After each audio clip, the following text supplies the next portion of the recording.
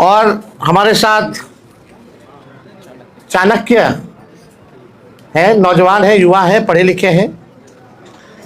और हमें पूरा विश्वास है कि इन चारों के आने के बाद अब जो हमारे सामने जो चुनौतियां आएंगी, खास तौर में जो पूर्वांचल का इलाका है, जो पूर्णिया का इलाका हो, बांका का इलाका हो, कटिहार का हो, जहां पिछले बार थोड़ी बड़ी हम लोगों की पार्टी द्वारा कमी रह गई थी, इस बार उन इलाकों में हम मजबूती के साथ चुनाव लड़ेंगे और जीतेंगे। और ये शुभ संकेत है कि आने वाले आगामी चुनाव यानी 14 नवंबर के बाद जो 14 नवंबर को जो रिजल्ट आएगा वो महागठबंधन के पक्ष में आएगा।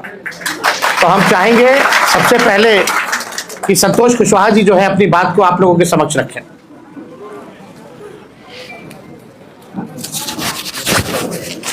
सभी मीडिया के साथी को नमस्कार।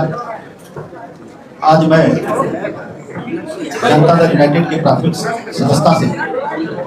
इस्तीफा देते हुए राष्ट्रीय जनता दल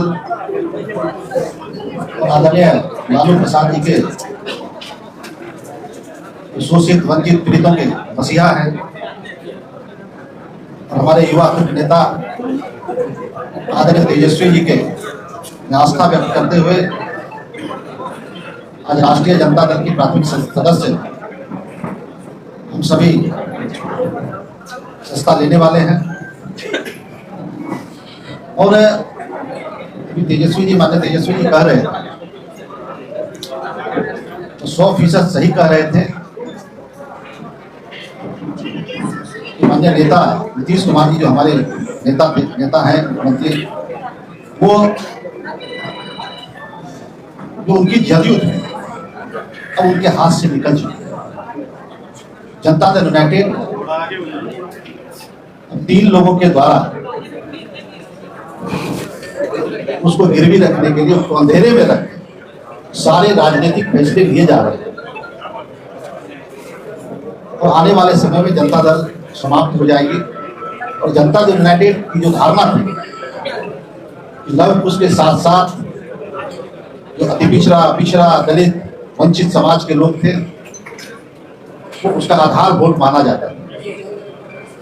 लेकिन जिस तरीके से 2-3 लोगों के द्वारा हाईजैक किया गया है पार्टी को, मुझे लग रहा है कि अब जो जनता दल यूनाइटेड के निर्णय होते हैं उसमें कोई एक भी सदस्य पिछड़े वर्ग से लव कुश समाज से नहीं होते। हमारे प्रदेश अध्यक्ष भी हैं तो मात्र एक मुझे जो मेरी समझ है उसके हिसाब से जो गेट पे दरमान होते हैं उनकी भूमिका मात्र वही रह गई है और उन्हें भी जलील किया जाता है समय समय पे। और जनता दल यूनाइटेड अब